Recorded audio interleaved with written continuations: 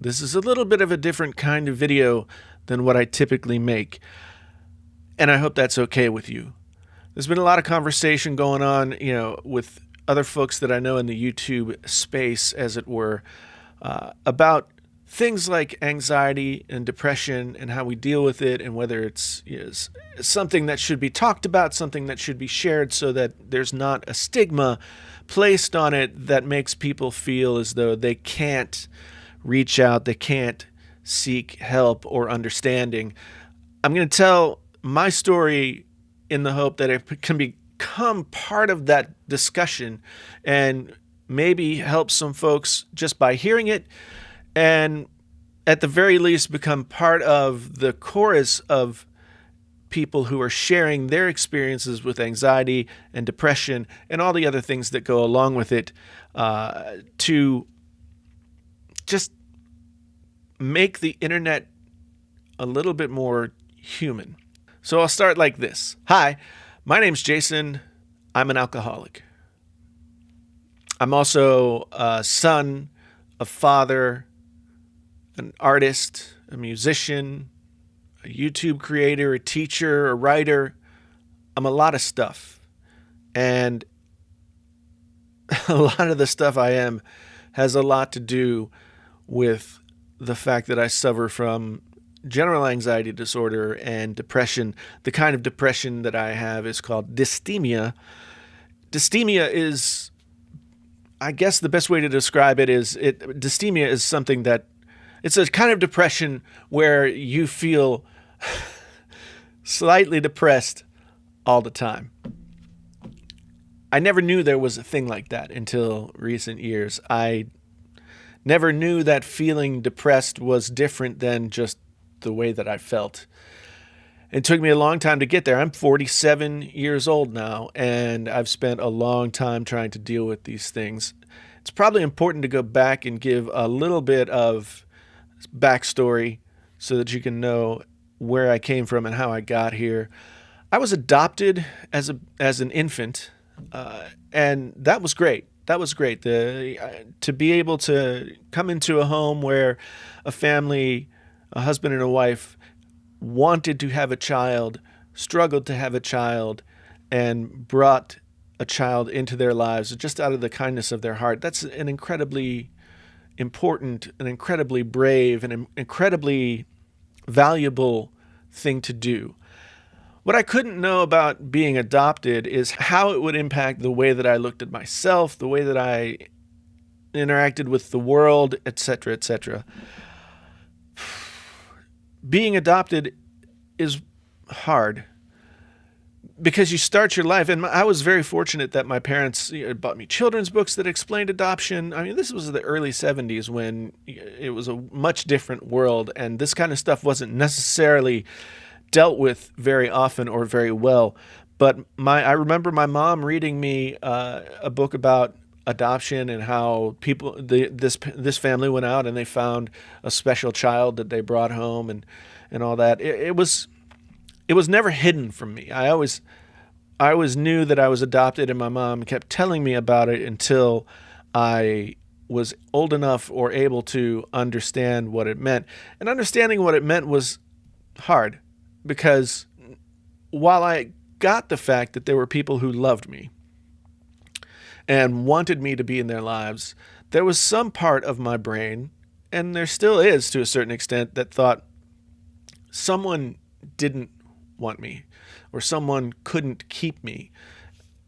And that sort of sets a tone underneath the surface for you that says you are not worthy. I'm not making excuses. I'm not trying to gain sympathy. I'm not trying to, do any of that stuff. It's just the fact that for a long time, especially in those years where I wasn't quite teenage years, trying to find your identity, etc., all that kind of stuff, I didn't know what my identity was to start with, and so I didn't have any way to pinpoint what direction I should go in. I was a very talented singer and musician from a very early age, and that was the one thing that I had. That was the one thing that I hitched myself to, that I decided I'm going with that. That's who I am. But the depression was there even then. Fast forward through high school into college, I still had all those feelings. I didn't have a very well developed sense of who I was or what my place was, even though I was pointing myself in a direction.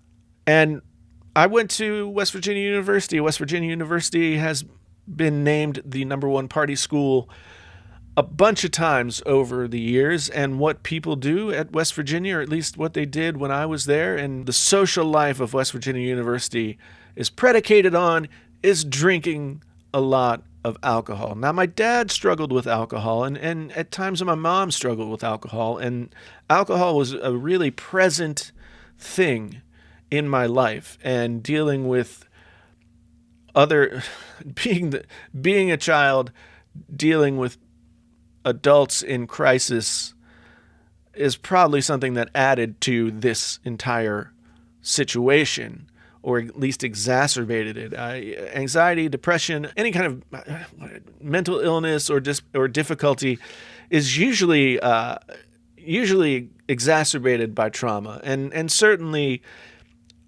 being a child around people who are struggling with alcohol and other things is traumatic.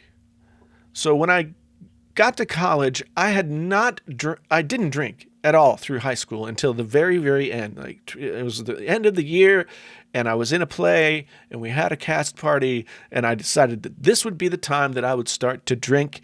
And I went in with a buddy of mine and got a fifth of gin and a liter of tonic water, and we were going to drink gin and tonics all night. Of course, we didn't drink gin and tonics all night. We drank gin and tonics for a short period of time. Then we ran out of tonic, and we just drank gin. I woke up the next morning, curled around the toilet of the hotel room where we had the party, and that was my introduction to the world of drinking. Went on to keg parties and nights at the bar, and it went on that way basically for the next 20 plus years. I moved to New York City with my then girlfriend, now wife. I was doing the music thing. I was out in bars all the time. I was still struggling with something that I didn't even recognize that I was struggling with, the anxiety and the depression.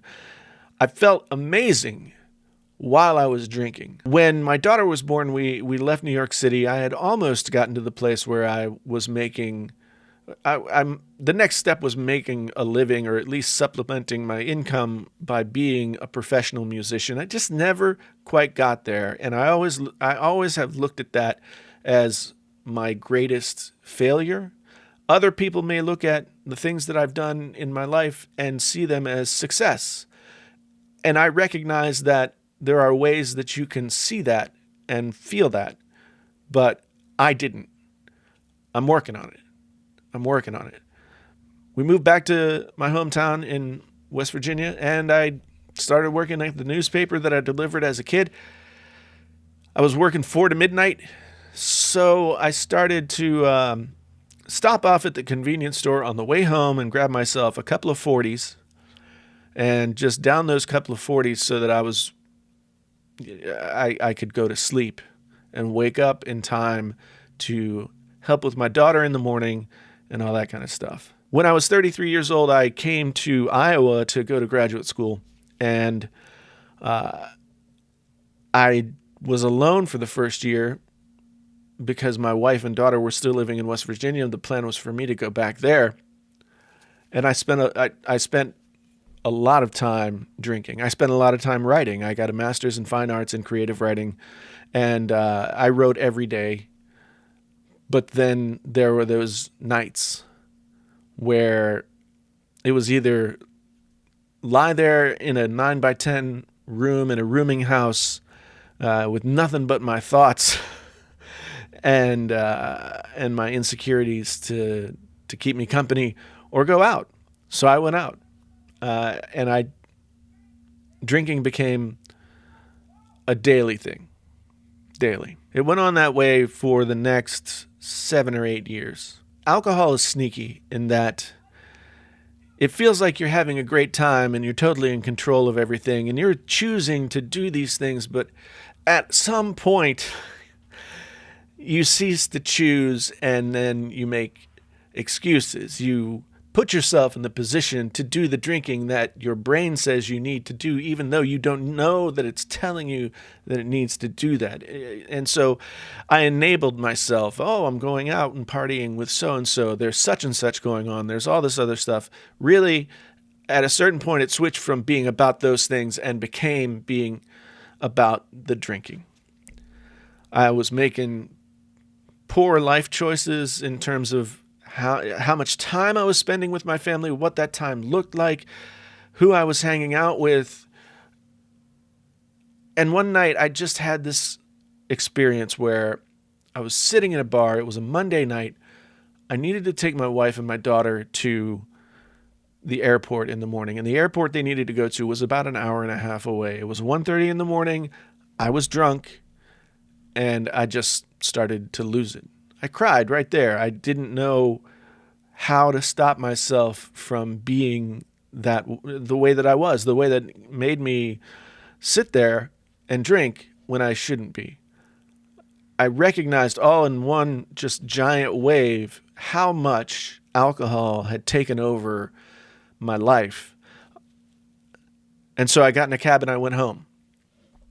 The next morning I got up and I took my wife and daughter to the airport, but interestingly enough, I had an appointment scheduled to see a psychologist that next day. And as I drove to the airport and then on my way back, I realized, as real as anything that I've ever felt in my life, is that if I didn't get to that appointment and talk to somebody about what was happening with me, I was going to, I'd reached the apex. And everything after that would be going downhill. I didn't want that. I'd seen that happen to my dad, and I'd seen him just basically fade away from the life that he had when he was younger and become something less than what he could have been. And then something less even yet again until he died at 60 years old. From cancer. And his life was just something that he regretted so much. And there was no way to make it up. And I didn't want to be that person, that husband, that father.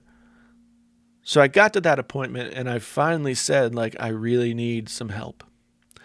I need to do something and I need to do it today. I need to do it right now. And so the psychologist talked it through with me for a little bit. And then they said, okay, if you're okay with it, I'm going to call somebody from the social services department. They're going to come down and talk to you about what your options are. There's inpatient rehab. There's outpatient rehab. There's all kinds of things that are available. And you two can talk and hopefully decide what works best for you. And we did talk. I didn't think that I was at a place where inpatient or outpatient rehab made sense. I wanted to try and do it on my own, so I did. She gave me a schedule of where the AA meetings were in my community and when they happened, and I decided to go to one. I had 2 or 3 weeks where I was going to be totally alone. My wife and daughter were going to be visiting family, and I was going to be totally on my own. Usually that would mean party time, but not anymore. So I went to my first AA meeting that evening. I barely squeezed myself through the door and sat in the first available chair and felt like everybody had to know how bad off I was. But as we went around the room, people were telling their stories, and their stories were very familiar to me. So I found a community of people that I could share with.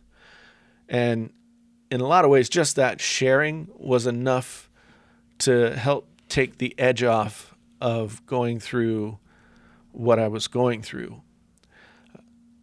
I was done drinking on that day.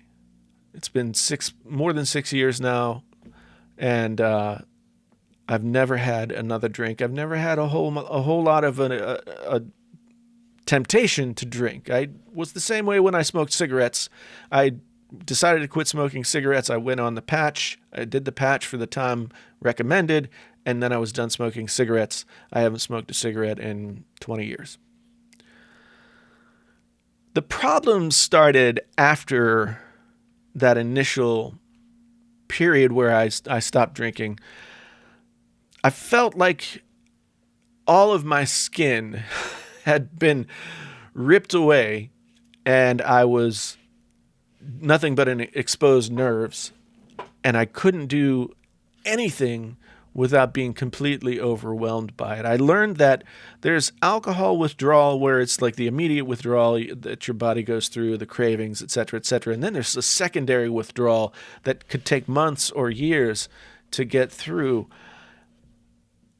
And it did take me years. In those years, I felt like I was going to fly apart, like, take the cover off a golf ball and all the rubber bands go in all kinds of different ways. And I felt like that's what was going to happen to me.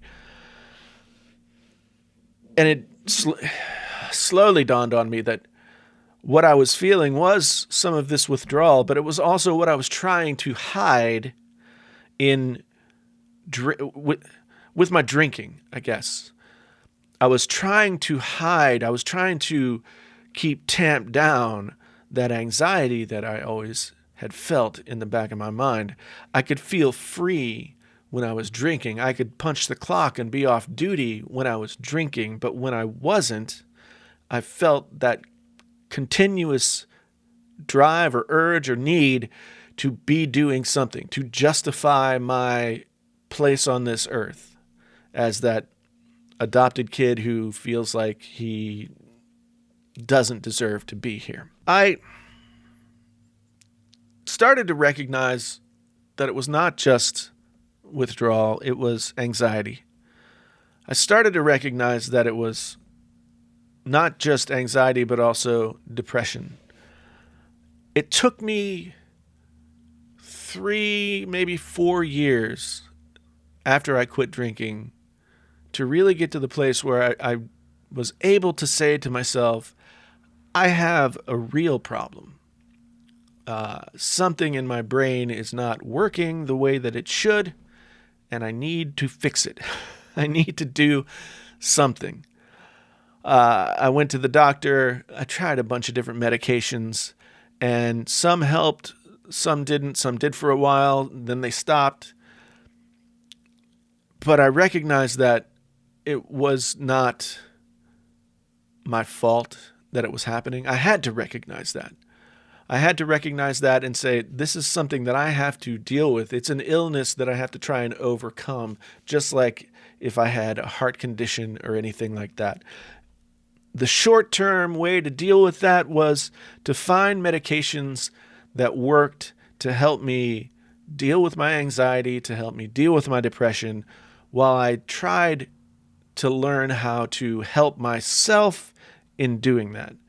And that means right now I take a lot of pills, a handful of pills a couple of times a day, I guess. And it does help me, but it doesn't solve everything. What I've had to learn in order to help myself is to be honest with myself about what I should expect from myself, and be honest with myself about what I need to be doing in order to help myself escape from these issues. Breathing, mindfulness, meditation, allowing myself to be me, to just say, this is what I am. This is what I am. And I can't fix that or change that right now. I can only work toward getting better. So I do a lot of breathing exercises. I do a lot of just like sit for a minute and try and control my mind. creativity is a huge outlet for me. It always has been. It helped me push these things to the side when I was younger, and it helps me to this day to try and understand the experiences that I have, the feelings that I have, the person that I am through fiction or nonfiction or poetry or songwriting. Those are the places where I can find relief. Better than I can find relief with any of the skills that I'm trying to build at this point. Just today, I hadn't been writing for the better part of a year because YouTube has really taken over my life. And I love the creativity of YouTube, and I love the community of YouTube.